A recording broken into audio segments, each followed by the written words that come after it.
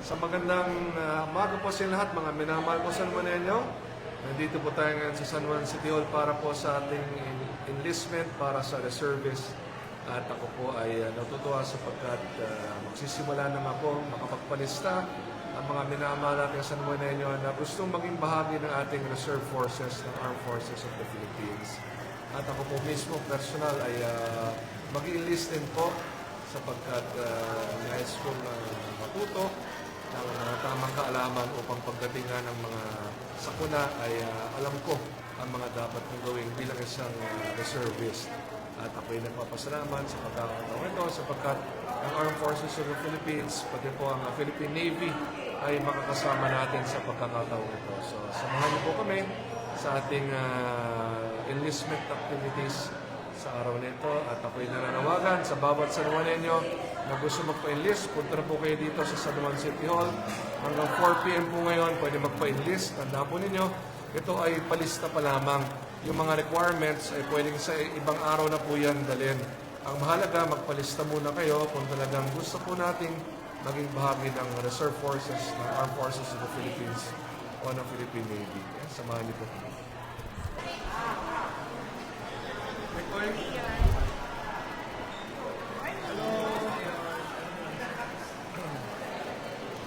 Nicole.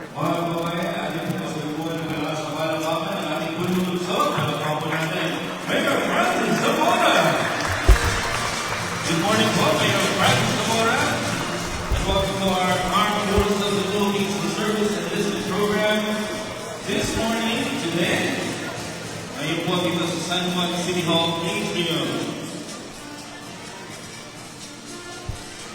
Kaya mga kasama po natin si Mayor Francis Zamora ngayong umaga sa ating programa para sa signing up and enlistment ng mga nais po, gusto, interesado na sumama sa Armed Forces of the Philippines Service Program and mga enlistment program this morning.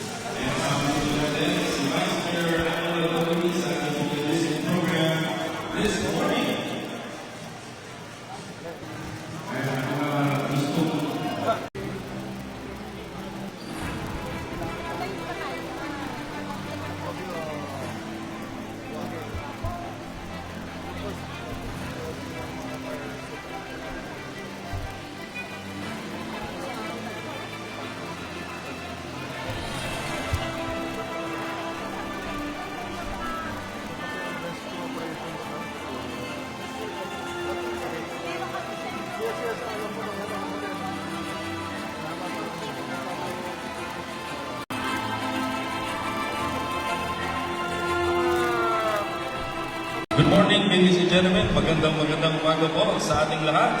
Welcome to this special event on the Armed Forces of the Philippines Enlistment Program. This is a joint project of the local government of San Juan, headed, of course, by Makabagong San Juan Mayor Francis Zamora and the Armed Forces of the Philippines, recruiting the best and the brightest reserves to join the ranks. This is to strengthen the nation's reserve forces, to multiply our military force not just during war, but also during the times of emergencies, calamities, disasters, and insurgencies. Sino na ang handa ng maging reservist ngayong umaga? Muna nagtaas ng kamay si Mayor Francis. Handa na talaga. Sino ang handa ng magpalista ngayong umaga? Si Mayor Francis pa rin talaga. Ano ba ang babagal niyo? Si Mayor Francis pa rin. Sino ang gusto maging bahagi ng sandatang lakas ng Pilipinas? Ayun. Ayan. Kaya marami mga San Juaneños talaga, mga may dugong bayani, mandirigma. Ayan. So we are honored to have here with us today, and also let us give a round of applause to our esteemed Mayor Francis Zamora. Ayan. And he'll be heading this important initiative. And he himself will be enlisting himself later on. Kaya, wow! Grabe. Joining him, our Vice Mayor, Atty. Angelo Antomini, Ayan, palakpakan po natin. Good morning po, Vice Mayor Angelo Alcoiti. And our City Councilors, Councilor Mami Matay, Councilor Totoy Bernardo, Councilor Boya Tolentino. Ayan, meron din po tayo mga kasama, mga barangay captains, barangay kagawas na dito po ngayon, at mga barangay personnel, mga staff na magpapa-enlist din ngayong umagang ito. And also, the distinguished representatives from various branches of our armed forces of the Philippines, including the Army, the Air Force, the Navy, and including the Marine Corps and the AFP Reserve Command. And also, we have here this morning, and we are honored to have General Charito Plaza and the Wing Commander Officer of the Air Force Wing Reserve. Good morning po. Captain Federico Alcantara of the Philippine Navy. Lieutenant Commander Benjamin Dizon Combo, our Civic Military Officer of the Armed Forces of the Philippines Reserve Command. Captain Joaquin Pio Aguirre, and our Deputy Technical and Administrative Service Reserve Groups. And Lieutenant Commander May Lysel Lagan of the Philippine Navy. Good morning po. And also Lieutenant Junior Grade Stephen William Castillo of the Philippine Navy. Hi, good morning po. At syempre ang lahat ng mga kasama natin ngayon na magpapalista ngayong umaga. Magandang umaga po sa inyong lahat, sa ating lahat. And let us begin our enlistment program by giving reverence to our country. May I ask everyone to please stand as we give respect to our country by singing the Philippine National Anthem, to be followed by the singing of San Juan Hymn.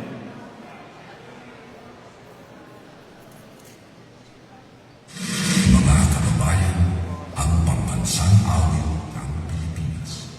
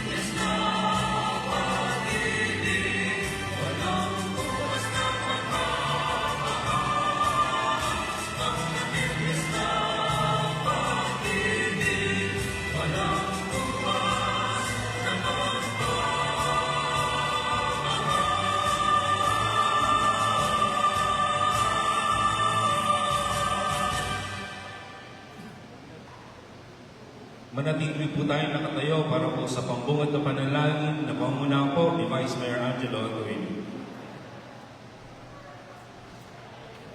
Sa ngalan ng Ama, ng Anak, ng Espiritu Santo. Amen. Mahal na Panginoon, maraming salamat po para sa araw na ito. Maraming salamat po para sa lahat ng biyayang pinagkakaloob niyo sa amin. Maraming salamat po para sa aming programa ngayong umaga, ang aming Armed Forces of the Philippines Reservist Enlistment. Maraming salamat po para sa lahat ng naging bahagi para maisang katuparan ang programang ito. Iniiling po namin, mahal na Panginoon, na patuloy ninyong gabayan at pagtubayan at biyayaan ang lahat ng lingkod bayan na naririto ngayong umaga para patuloy po namin magampanan ang aming mga katungkulan sa lubos ng aming makakaya. Special prayer po, mahal na Panginoon, para sa aming mga men and women in uniform, para sa lahat ng aming mga sundalo, kapulisan, DFP at DJMP. Paramdam niyo po sa kanila, Mayor, mahal na Panginoon, ang pagmamahal at pagpapahalaga ng buong sambayanan sa lahat po ng sakripisyo na ginagawa nila. Patuloy niyo po silang patubayan, biyayaan, kasama na rin po ang kanilang mga pamilya at mahal sa buwan. Ang lahat po ng ito ay aming hiling sa pamamagitan ng inyong anak na si Jesus. Amen. Ang Ama, Anak, Espiritu Santo. Amen. You may now be seated. Thank you very much, Vice Mayor Angelo Aguilera. At this juncture, ladies and gentlemen, for the welcome remarks, he has been a strong advocate for our armed forces and is committed to strengthening our national defense at mangunguna sa pagpapalista ngayong araw sa programa ng Sandatang Lakas ng Pilipinas. Ladies and gentlemen, please give a warm round of applause to the Chairman of the Regional Peace and Order Council of the National Capital Region and the President of the Metro Manila Council, Mayor Francis Zamora.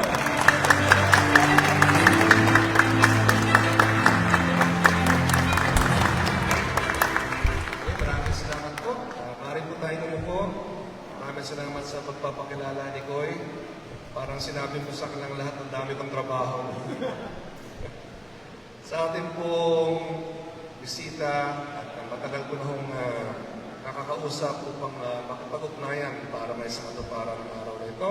Palakpakan po natin General Charito Plaza, Commander of Air Force Reserve, and she is also a former congresswoman. So, sila po ng aking ama na si Congressman Noli Zamora ang gumawa ng batas ng reservist sa Kongreso. Kaya talagang natutuwa po ako sapagkat sa mahabang panahon, magkasama po sila ni Congressman Noli Zamora at ang isang batas na kanilang ginawa ay ating mapapakinabangan sa araw na ito. Kay Captain Federico Alcantara po, ito. Lieutenant Colonel Benjamin Dizon Tombok, Captain Joaquin Pio Aguirre,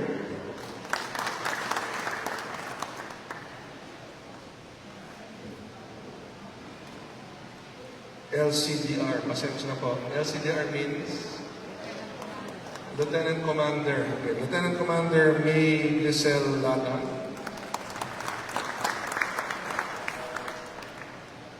LTJG. Ano po yung sabihin? Lieutenant Junior Grade Stephen William Castillo. At sa lahat po ng bumubuo ng Armed Forces of the Philippines, Philippine Army, Philippine Navy na nandito sa magandang umaga po. Represahanay naman po ng Luzon ng San Juan, Vice Mayor Angelo Aguilera, Councilor Maki Manay, Councilor Totoy Bernardo, Councilor Boyet Tolentino, Councilor Bea de Guzman, Councilor Francine Hill, at ang mga kawani ng pamahalaan ng Luzon at ng mga barangay at mga kampo kasanamanelyong magpapalista sa umagang ito. Isang magandang araw po sa bawat isa. Ako po'y nagpapasalamat una-una sa ating mga miyembro ng Armed Forces of the Philippines na nandito, sa ating pong Philippine Army, Philippine Navy, Philippine Air Force, kay General Plaza at lahat ng opisyalis na nandito, sapagkat matagal ko na ho talagang gusto may sa katuparan ang enlistment na ito. In fact, ilang buwan na rin ho kami halos nakikipag-ugnayan upang may sa katuparan ang mismong araw na ito. Bakit po mahalaga na magpa-enlist tayo? Sapagkat marami sa atin gustong tumulong sa ating bayan. Marami sa atin gustong tumulong sa ating komunidad. Ngunit ang tanong, meron ba tayong sapat na kaalaman para makatulong? Hindi sapat ang gusto lang natin tumulong.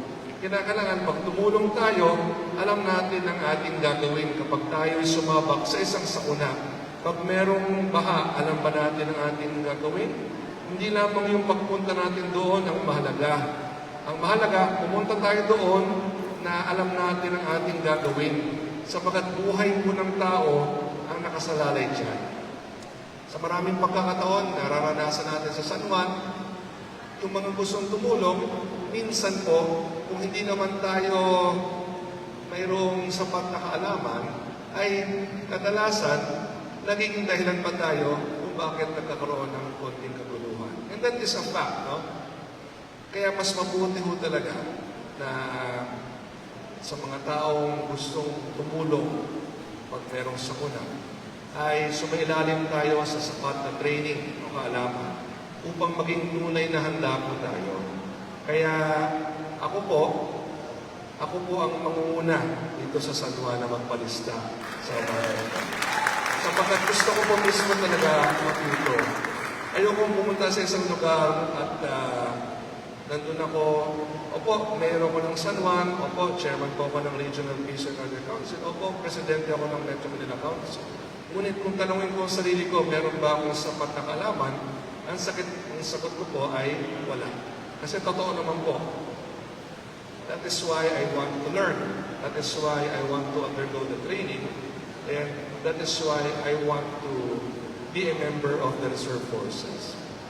Hindi lamang po yan sa sakuna, hindi lamang sa baha, hindi lamang sa sunog. Ngunit kung dumating ang panahon at kailangan tayo ng ating bansa, ay handa tayong lahat tumulong ipaglaban ang bansang Pilipinas. At yan po ay isang bagay na dapat talaga manggaling mismo sa ating puso at isipan, sa ating damdamin. Ngunit muli, sasabihin ko, dapat handa po tayo. Dapat meron tayong sapat na kaalaman para pagdating na panahon, kailangan natin paglaban ang ating bansa.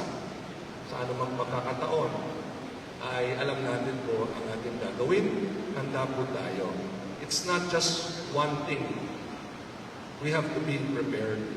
We have to be trained. And we will be able to get that preparation and training through the Reserve Forces. Alam niyo po, isa sa mga dilema ko, at ito ang aminin ko po sa inyo, mula nung ako'y nagpaabot ng impormasyon na gusto kong sumali sa Reserve Forces, iniimbitahan po tayo sa Air Force, sa General Plaza.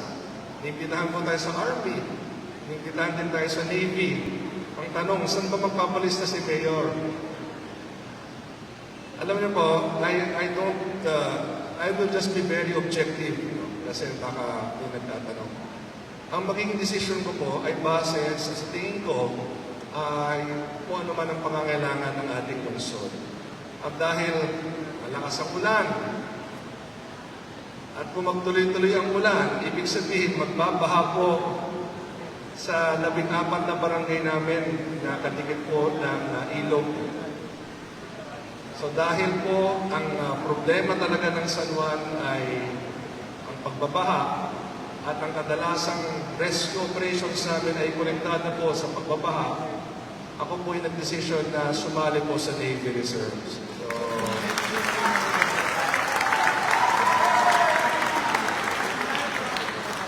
at excited po ako na sumailalim po sa pagsasanay sapagkat gusto ko pong maging handa para kapag kinakailangan na po ang inyong lingkod sa anong paraan sa abot ng aking makakaya. Alam ko, hindi yung pagiging mayor ko lang ang may harap ko. Ang may harap ko po ay pagiging Navy Reserve ko. At alam ko po na sa pagsasanay na atin pong matatanggap ay magiging handa po tayo. Pagdating naman po sa Army, pinapaliwanag po sa akin kanina ng mga opisyalis natin na meron silang ibang qualifications for professionals. No? Tama po, no? May papaliwanag mamaya. So, meron silang mga members na hinahabol who have certain qualifications na yun naman po ang gusto nilang sumailalim sa kanilang pagsasanay. At ito po ipapaliwanag mamaya ng mga kasama po natin.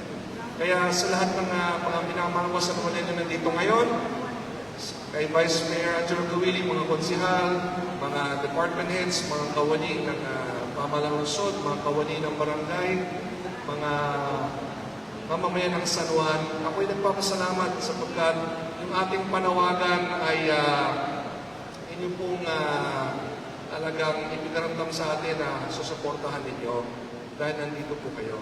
Ano po ang ultimate objective natin? Ang ultimate objective natin ay dumami pa ang mamamayan natin na sasailalim sa pagsasanay at sa tamang kaalaman. Para pagdating ng anumang sakuna, baha, bagyo, kahit yung sinasabi nating mga civil disturbance, mga terrorist activities, at ang pinakamatindi dyan, wag naman sana kung umabot sa punto na magkaroon man ng gera, dapat handa tayo. At ito po isang bagay na ating siseryosohin. Ako po, sa abot ng aking makakaya, sa panahon, sa oras, ay sasailalim po tayo sa pagsasanay. Ngunit sana maintindihan po ng Navy na ang dami ko rin po talagang tungkulin. So, all available time that I have, I will coordinate po with you and I will train with you. At susubukan ko yung sarili ko. Hanggang saan ba kaya ni Mayor Francis Zamora ang training ng Navy? Kasi minsan din tayo naging atleta. Kaya I'm proud to say up to this point in my life, even if I'm 46 years old already, nandun pa rin yung physical and mental discipline natin. At kaya ako, I believe that mental and physical discipline that I have gained all throughout my life, that is something that I can carry with me as a reservist. So, muli, maraming salamat po sa inyo lahat. Sinong handang sumama sa akin? Yan, sige. Sama kayo sa akin. Huwag kayong mag-alala. Hindi tayo pupunta sa masamang lugar. Again, yung Army po, no, nandito, meron kasing mga qualifications na hinahanap ng Army, which later, if you could kindly explain also to us. There are certain professionals that they are trying to tap also para ho sa kanilang forces. And it will be explained later on. Again, maraming salamat. Mabuhay po ang Sandatang Lakas ng Pilipinas. Mabuhay po ang pamahalang lungsod ng San Juan. Mabuhay po ang bawat San Juanenyo. Mabuhay ang mga bagong San Juan. Thank you very much, Mayor Francis Zamora. Thank you for your inspiring words and leadership, especially in this crucial program that we have this morning.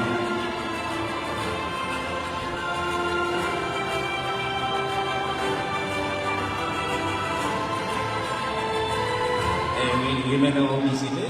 Thank you.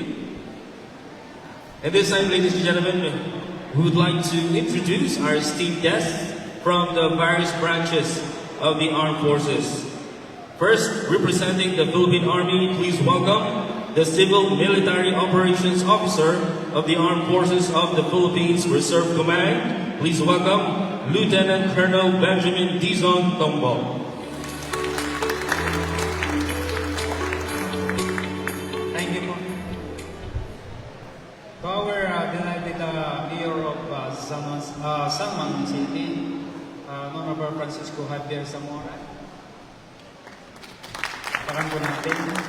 And of course, to rest of your city councilors, headed by our Vice Mayor, sa lahat po nandito ngayon na taga San Juan City residents, presence this morning, is Armed Forces of the Philippines Service enlistment. To our with me, Captain Alcantara, of course, ang aming acting Group, Commander Kapilitin Reserve Group, Captain Aguirre, of course at the TAS Group, sabihin ko yung TAS Kapilitin Reserve Group of the Armed Forces of the Philippines Reserve Command. Sa aking mga kasama, mga Prescom, please stand to be recognized. Tayo kayo, tayo. Ayan po yung aming mga contingent from Prescom. Salamat po. Please exit. So, this, of course, ating reservist na pala si Honorable Mayor ng Navy. Sir, nanalo kasi, di bali, kasi si Sir, kaya ako sa okay lang po, ang importante rito ay kailangan nating mag-reservist lahat. Wala pong pinipili, lalong-lalo na yung nangyayari ngayon. So, kailangan lagi po tayong handa. Kaya nga sabi nga nila. So, please update to all, on behalf of our brigade, Commander of Abriscom Reserve Command, Brigadier General Dominic Ferdinand Ramirez, Philippine Army. I am Lieutenant Colonel Benjamin Tumbok, currently the Assistant Chief Joint Reserve Staff for Civil Military Operations, GR7, and at the same time the Director of Armed Forces Liaison Office, Joint Task Force NCR. We are very glad for being invited to join this momentous event here this morning to recruit those who wish to become a reservist of the Technical and Administrative Service Reserve, and of course affiliated reserve units of the Armed Forces of the Philippines Reserve Command of the Armed Forces of the Philippines. By the way, is in charge with the recruitment, training, administration, and reservists, and of course, supervision of SR reservists. Our reservists are professional people from all walks of life, notably reservists from the technical and administrative corps, such as doctors, priests, nurses, lawyers, veterinarians, professors, dentists, and the medical administrative corps.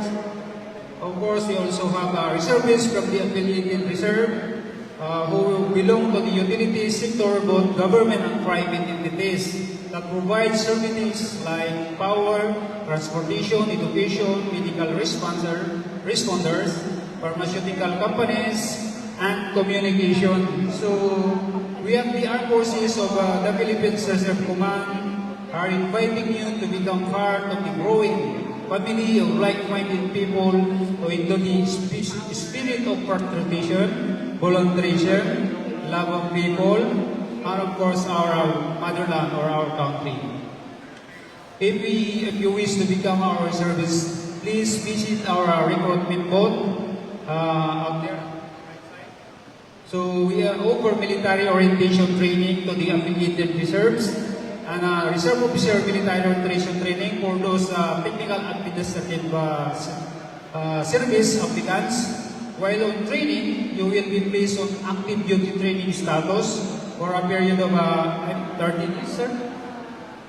15 consecutive Saturday at Abriscom Reserve Command located at the General Kamibi, Yoginaldo, Quezon City. Our personnel will gladly answer your questions and your expectations as we run you through the recruitment processing. So, moreover, we will make sure that your skills and talents will be utilized in the best way possible in disaster response and national emergency. In the service of our Filipino nation. So, in return, your efforts and sacrifices will be appreciated not only by the armed forces of the Philippines, but of course our grateful nation. So once again, a pleasant morning po to all. Thank you, and mabuhay po tayo lahat. Thank you very much, Lieutenant Colonel Benjamin Dizon Tombok. This time, ladies and gentlemen, representing the Philippine Navy, we would like to call here on stage Naval Special Operations Commander, Lieutenant Junior Grade Stephen William Castillo.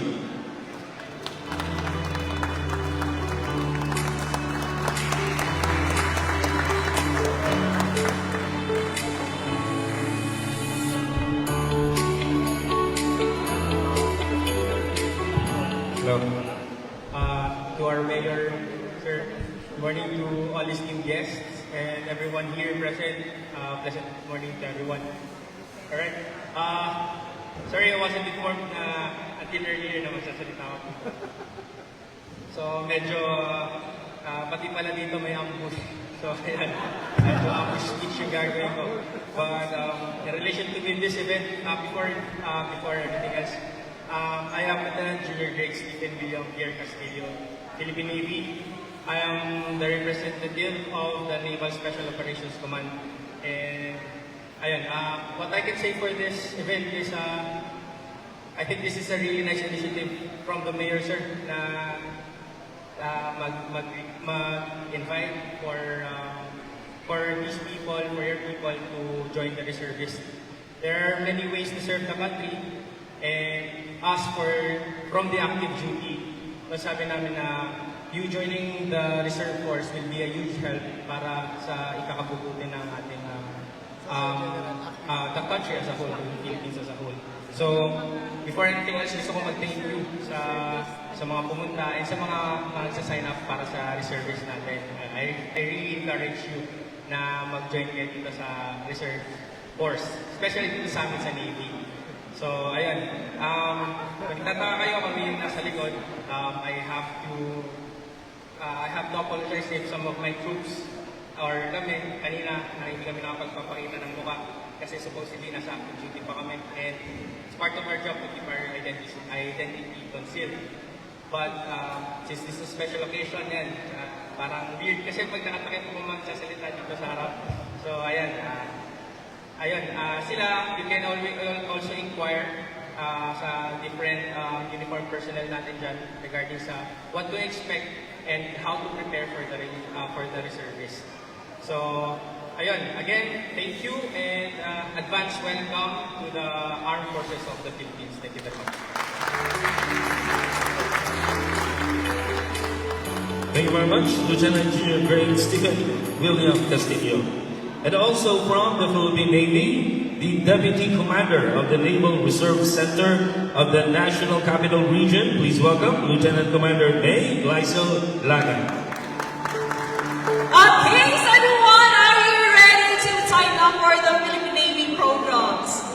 Alright, okay. Sir, good morning. Of course, I would like to give thanks to Honorable Francis Zamora, sir, for inviting the Philippine Navy. And of course, representing the Naval Reserve Center, National Capital Region, Captain Junmar A. Salas, Philippine Navy General Staff Corps. I am Lieutenant Commander May Gleisel Laga, Philippine Navy. And of course, to Colonel Brigadier General Plaza. Ma'am, good morning. Kamakailan lang galing tayo sa JTF NCR. Yes, and of course, Sir Captain Alcantara, sir. Good morning to Sir Tombok, sir, Lieutenant Colonel Tombok, and other senior officers, and of course, the dignitaries from San Juan City Government, or LGU. And of course, sa lahat po ng nandito, and of course, if I forgot si Ma'am, Commander Annalisa Pangaliban, Philippine Navy Reserve, from 27th Naval Affiliated Reserve Group, Rescue Recon 1. So we are very thankful for this opportunity to establish the Reserve Force. Bakit ba kailangan natin ng Reserve Force? They are the force multiplier of the regular force. Sila po yung nandyan para in times of war or security threats.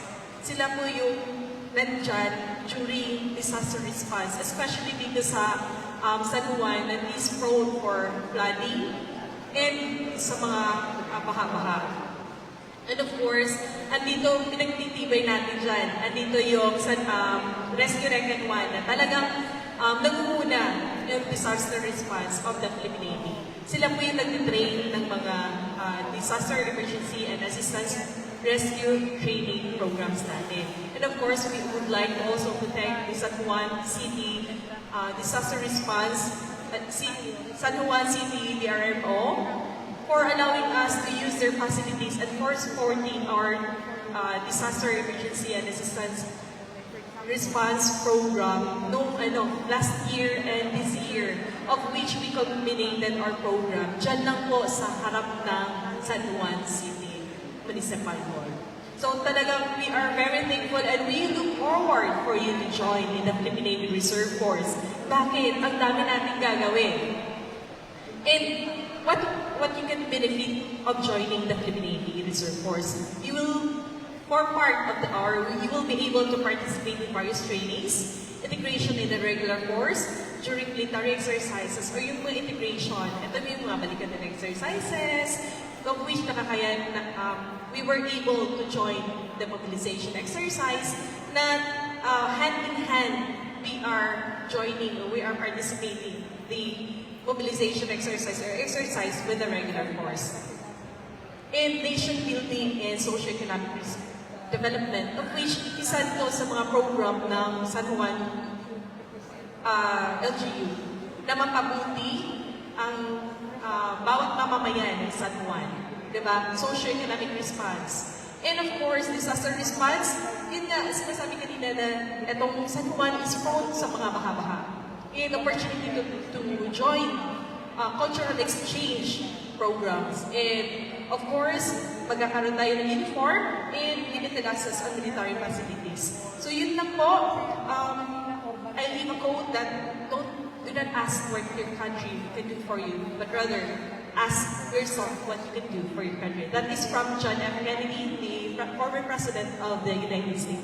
Muli, a good Navy morning to each and everyone. Thank you very much, Lieutenant Commander May Gleisel Lagan. And finally, please welcome to also share her precious time with us this morning. Please welcome the Wing Commander Officer of the Philippine Air Force Wing Reserve. Please give a round of applause to Brigadier General Charito Plaza.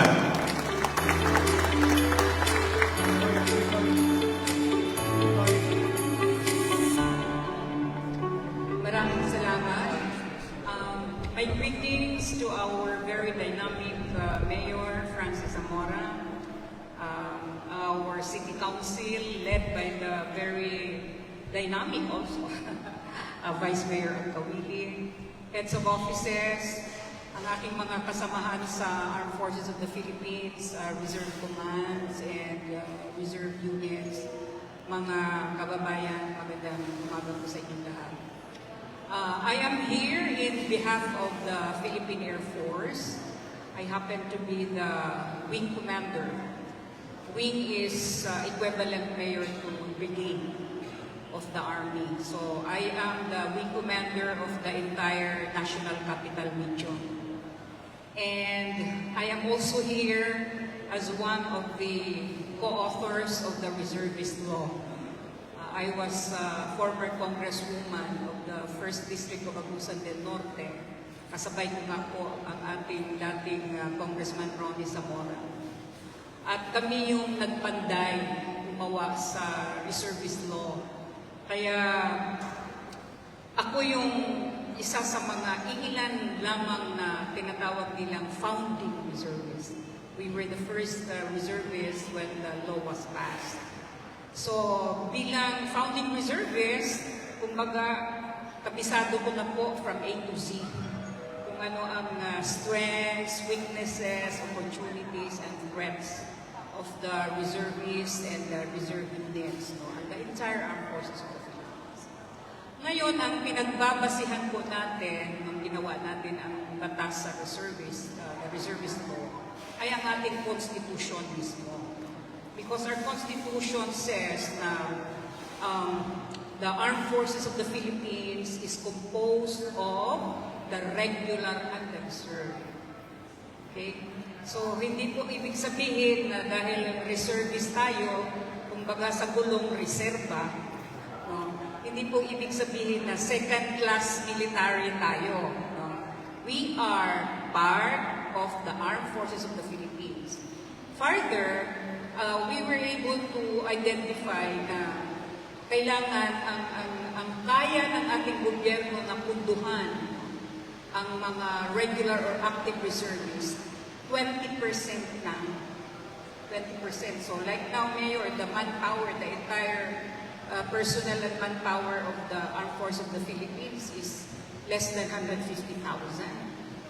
Considering our 105 million, are we 105 or 110 million Filipinos to be protected, to be defended, no? Less than 150,000 lang ang active na mga sundalo. No? Karamihan ito, Army, then Navy at saka Air Force. Okay? That's why it is mandated also in the Constitution in Article 2, no? Section 4, it says there na in times, I mean the President, who is the Commander-in-Chief of the Armed Forces of the Philippines, can call on its citizens to render civilian or military service in times of emergency, war, and even in times of disaster and calamities. So we are called as reservists, we are called as the force multiplier. Tayo yung pangdagdag sa mga active or mga regulars, no? Once we will be mobilized by the President. So it's the President, as the Commander-in-Chief of the Armed Forces of the Philippines, who will call on the citizens, lahat tayo, on the citizens to render civilian or military service. And even the private sector, yung mga companies, no? Companies on power, water, transportation, communications, and everybody else, no? Are also invited to become affiliated reserve units. Because again, the President also is empowered to utilize their equipment, to utilize their air assets, no, ng mga private companies, to add to the equipment, supplies, assets of the active or the regular force. Kasi po, sa totoo lang, kulela tayo in terms of equipment, air assets, and everything. Kulila tayo if we are going to war with China, with other countries, no, mga external threats, no, talagang hindi tayo mananalo. First, dahil kunti lang yung ating military, yung active, dahil kunti lang yung ating mga equipment at mga air and naval assets. That's why it is very imperative that we implement the requirements of the law, that 80% of our armed forces of the Philippines should be reservists. So ito yung guideline, Mayor. Before coming here, I asked the J9. J9 is Major General Naknak, who is the Deputy Chief of Staff for Reservist Affairs. No? So I asked his guidance, like how are we going to organize the LGUs into reserve units? So the guidance says that every LGU should represent the 3 branches of service. So, dapat i-distribute, Mayor, yung ating mga barangays, for example, because it will be based on the location.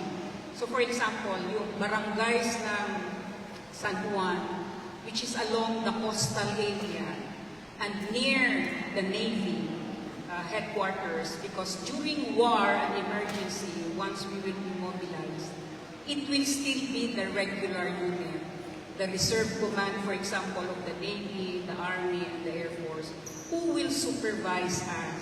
Hindi yung tayo-tayo lang ang pupunta sa giyera or sa emergency situations. No? So, the guidance from the General Headquarters says that LGU should be represented or should represent the 3 branches of service. So, doon natin i-assign ang mga barangays. Ano yung barangays ng San Juan, near coastal area, near the naval command. Yun ang gagawin nating Navy Reserve units.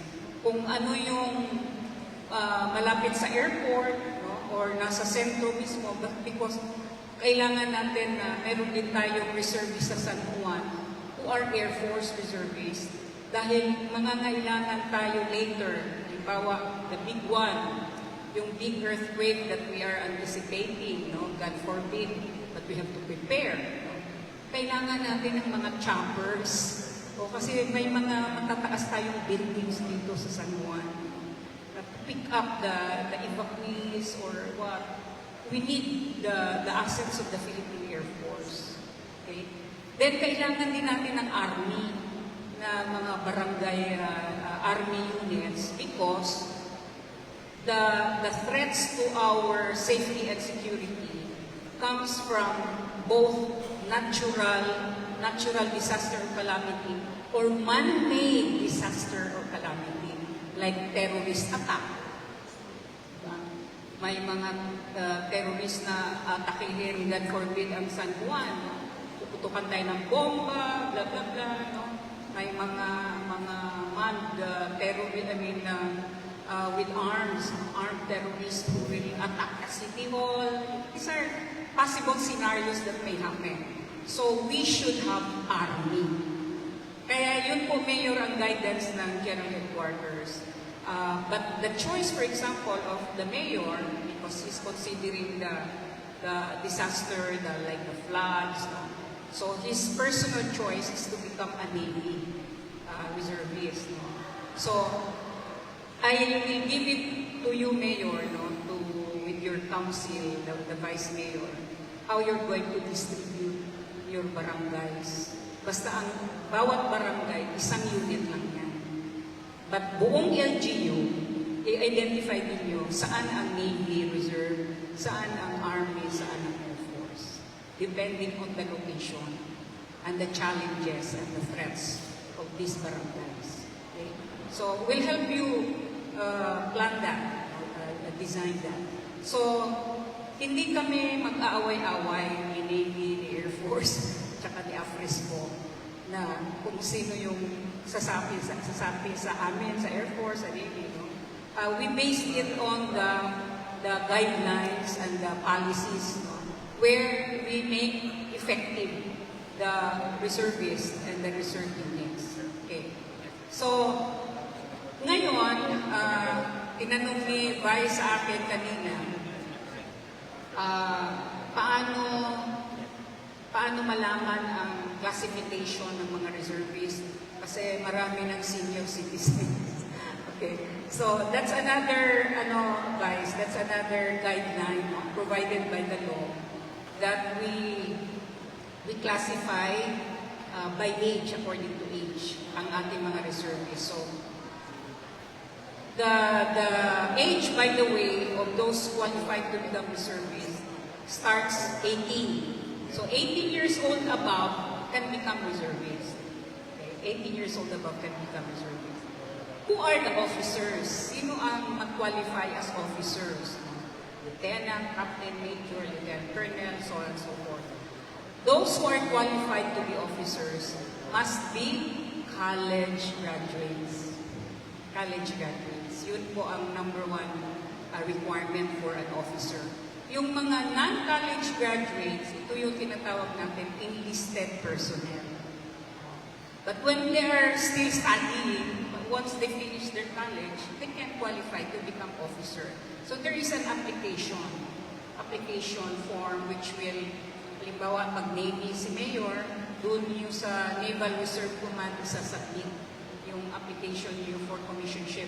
And the final approval will be the President of the Philippines who will sign your commissionship. Okay? Sa enlisted personnel naman, doon lang sa mga reserve commands yan ang approval. Okay, so tatlo yung age category. No? So if you are, pakitaas ng kamay, sino yung 18 to 35 years old? Kamay. Oh, isa lang. Once, si Vice? Once 18 years old. Once, a long time ago. Anyway, ito po yung first category, yung 18 years old to 35 years old, we call them the ready reserve. So, bakit ready reserve? Kasi ito yung pag ipapatawag tayo ng presidente to help the regulars, tayo yung unang ipapatawag, the ready to serve. Oh, ayaw na niya ng iba. Okay. Then, 36 years old, taas ang kamay. Sino yung 36 years old up to 55 years old? So, by age category, you are called the standby reserve. A standby reserve, you are the second layer of reservists who will be mobilized to help the regulars. Okay? O, next category, age category. Sino yung 56 years old above? Oh, honest si Councilor. So, pag 56 years old above kayo, kayo yung tinatawag na retired reserve. To include the retirees or the retired of the regular or the active duty, yung mga nag-retire na sa Armed Forces of the Philippines, pati PNP, no? PNP, and other uniform branch, tawag natin sa kanila, once they retire, the retired reserve. Okay? So yun po, ang ating tatlong age category. Kaya Mayor, ang emphasis talaga ng recruitment, no, yung ready reserve, kasi ito yung strong and very capable. We also tap our retirees kasi because of their experience and their wisdom. Diba? They have been for 55 years serving the armed forces or the PNP. At ngayon pala, kung may kamag-anak kayong active no, sa armed forces, mandatory na po na pag mag-retire ang active o regular na mga soldiers natin, mandatory na po na nasasali talaga sila sa reserve list o reserve force. Okay, para mapakinabangan pa rin natin ang kanilang experience, ang kanilang skills, no? To guide the young reservists. Okay, and then we have, as reservists, we have two roles. Ano ba yung roles? First is the peacetime role. So pag peacetime, pareho ngayon, walang emergency, walang gera, no? We are in the peacetime period. And another role is during the emergency or wartime period, when ipapatawag na tayo ng presidente to render service. Okay? So during peacetime, wala po tayong sweldo. We are volunteers because we cannot be doubly paid by the government working in the LGU. At the same time, may sweldo pa tayo sa armed forces. Hindi po ganun. At hindi kaya ng gobyerno natin yan. Kaya during peacetime, volunteers tayo, wala tayong sweldo. But we are given by the Armed Forces of the Philippines benefits, other benefits. So what are these benefits for the reservists during peacetime? We are given free education and training. So once magiging reservist na kayo, si Navy, si Army, si AFRESCO, si Air Force, magbibigay sa inyo ng training. Free po yun. No?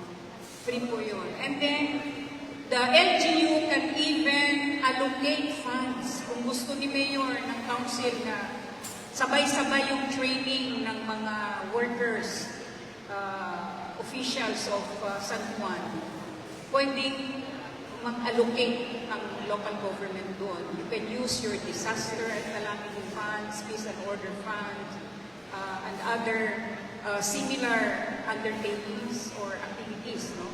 But we will see to it kasi nag-introduce na kami ng amendment to the current reservist law. We are going to introduce some amendments. So one of these amendments is to allow the LGU to allocate funds for the education and training, for the uniforms, the meals, etc., and other activities of the reservists and reserve units of San Juan. Ilalagay namin sa amendment to the present law yan. Okay. So, that's it. We are very timely itong ginawa natin. So I would like to congratulate Mayor Francis here for this initiative. This is the first enlistment, reservist enlistment activity initiated by an LGU. So hopefully, with Mayor Zamora as the chairman of the regional or the NCR Peace and Order Council, the Metro Manila Council, through his leadership, this will be adopted by all the LGUs na magkaroon tayo ng launching for reservist enlistment. Okay. So, this will become a regular activity, and then yung mga papel po ninyo, lalo na yung mga qualified to become officers, kailangan sabay-sabay din natin ma-submit. Kung sa Navy kayo, kung sa Air Force, mag-submit natin para sabay-sabay po yung approval ng Presidente at saka sabay-sabay po tayong mag-doning sa ating mga ranks. We will have a ceremony, Mayor, na doning of ranks, and then may mga education and training requirements din sa mga officers so that you will qualify for promotion. Like Mayor Zamora, as mayor of a highly urbanized city, San Juan, the first rank of the mayor will be Lieutenant Colonel. Lieutenant Colonel. Si Vice will be Major. Major problem. Major. And then, ang ating mga councilors, Captain. However, there is a higher rank if you are a PhD holder, a masteral holder, but that's additional points that you could be also a lieutenant colonel or a higher rank than your position. So nakalagay po yan, yung mga elected officials at saka mga professionals, may equivalent rank na kaagad na ibibigay sa inyo. Initial, we call it initial rank.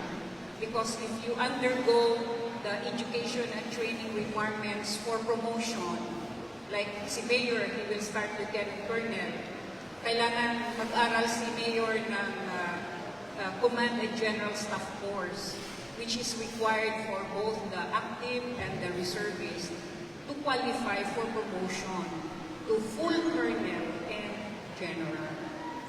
So yun po ang pinagdaanan ko.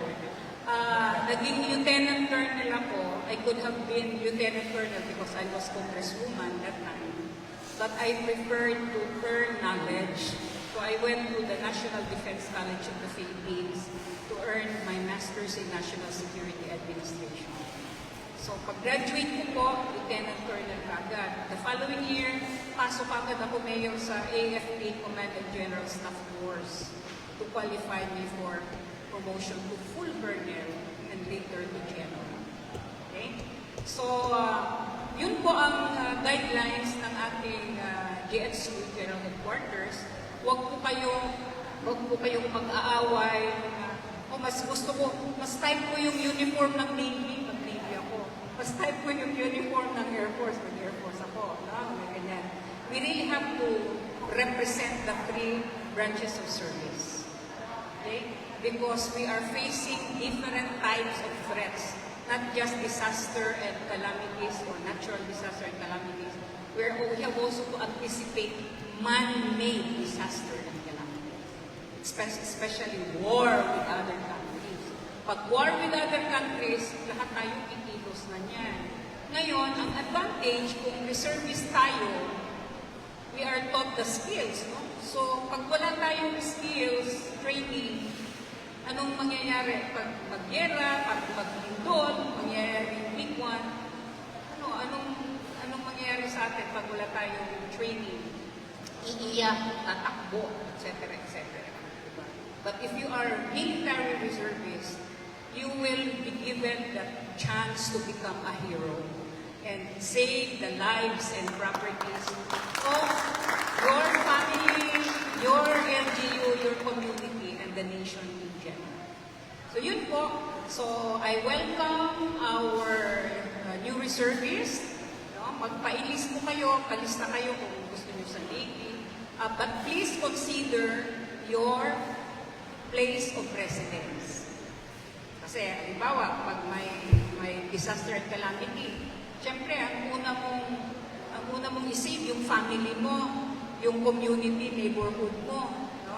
So, yun po ang isang guidance mayor to determine the branch of service that you want to be in as a reservist should be your residence, place of residence.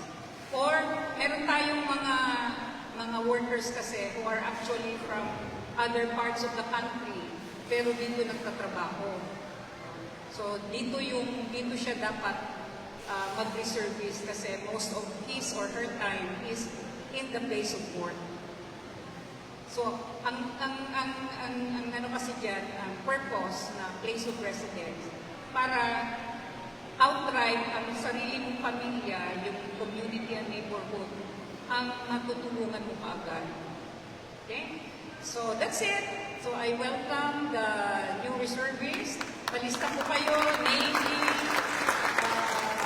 Army, Air Force, AFRESCO. So, yung AFRESCO, mga professionals ito, doctors, nurses, veterinarians, lawyers, doon po kayo sa AFRESCO. So, with that, hindi na kami mag-aaway na, dapat Air Force kayo, Navy kayo, no? We have to respond accordingly to the structure of the reserve force and the structure, the overall structure of the armed forces of the Philippines to be effective. Alright? So again, congratulations, Mayor.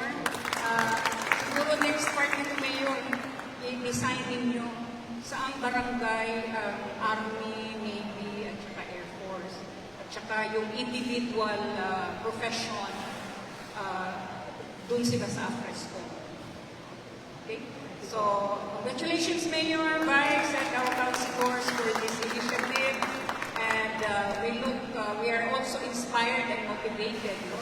Kasi nag-grow ang interest ng ating mga kababayan to become reservists. We are called the ultimate warriors. We're also called as the weekend warriors. Kasi karamihan ng training, mga activities natin are done during weekends. Para hindi tayo maano sa weekdays na we are working. No? But emergency and war, hindi ko nagsasabi yun, di ba? Hindi nagpapaalam. So dapat ready tayo 24/7. Okay? Tapos Mayor, ang isang challenge dyan, yung structure, yung structure representing the three branches of service. Second is yung equipage. What we are encouraging now is, halimbawa, San Juan you will have reserve forces na, no? Get idea from the Navy, from the Army, from AFRESCO, from the Air Force. Ano yung mga equipment that the LGU will have to buy or acquire so that whatever type of disaster and emergency, whether it's man-made or natural, meron kayong mga equipment.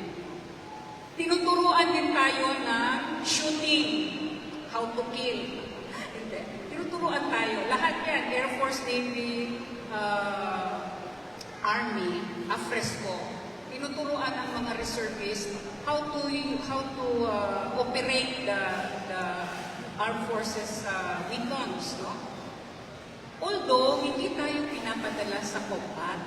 Hindi tayo ang pinapadala sa combat, no? We are non-combatants. But, as a military reservist, we must also know how to shoot, how to use the weapons, no? Because, anytime, baka kaharap na natin yung kalaban, kawawa tayo pag naunahan tayo. So, dapat, alam din natin bumaril, di ba? For self-preservation, di ba? So, that's the purpose why you are taught all the skills from shooting, to swimming, to emergency, to map reading, to weather reading, etc., etc. So, pag nandiyan na yung three branches of service, each, the Army, the Navy, and the Air Force will conduct their own trainings. Per the skills required. Okay? So, I leave it to the Mayor. Mayor, I will volunteer myself to be your consultant so that matutulungan mo kayong pag-plan sa 3 branches of reserve units, no? Sa buong San Juan. And then yung sa inyong table of organization, table of equipment, no? Ipaplan po natin yan para every year, Mayor, maka-allocate ka ng funds for the training, for the uniform, and for the equipment. Another one, Mayor, no? In my case, for example, of the Air Force, we are identifying advanced command post sa Metro Manila. So, itong advanced command post, ito yung mini headquarters of the reservists. So, among our multipurpose buildings, our dear councilors and vice and mayor, identify natin ano yung potential advanced command post. Dito natin parang headquarters, sub-headquarters ng ating reserve units. Diyan din sila mag-training, mag-assembly, pwede rin gawin evacuation center, pwede rin gawin na stock room or stock area for our equipment. Diba? Distributed siya, Mayor, sa San Juan among our multipurpose buildings. Advanced command post. So, again, nandito pala yung partner ko sa Arape. We have now, Mayor, an organization or association of reservists and reservist administrators of the Philippines, Inc. Commander Negrido, kayo mga best friend. Mga ano po kami, Board of Trustees of Arape. We will soon invite, once you become reservist, we will soon invite you to join the Arape. So si Arape po, Mayor, ang association, in-integrate natin ang Army, Navy, Air Force to become as one organization. So kung ano yung mga pagkukulang sa mga reserve forces natin, si Arape ang nag-fill in the gaps. And then we introduce through the amendment of our existing laws para ma-enhance talaga yung ating reserve force. Okay, so that's it. No? Ito yung yung kahinaan ko. Nakahawak na ako ng microphone. Baka kakanta ako or what. Anyway, kasama po ako sa AIM. Alam niyo yung AIM? Ayaw, iwanan ang microphone. Anyway po, thank you for this opportunity to speak as one of the authors of the reservist law and one of the founding reservists and now the president and the president of the Association of Reservists and Reservist Administrators of the Philippines, or ARAPE. So maraming salamat sa opportunity ito at welcome all to the Reserve Force program. Thank you very much, Brigadier General.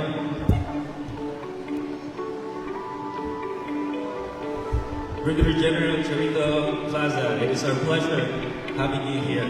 And now, ladies and gentlemen, Mayor Francis Zamora will be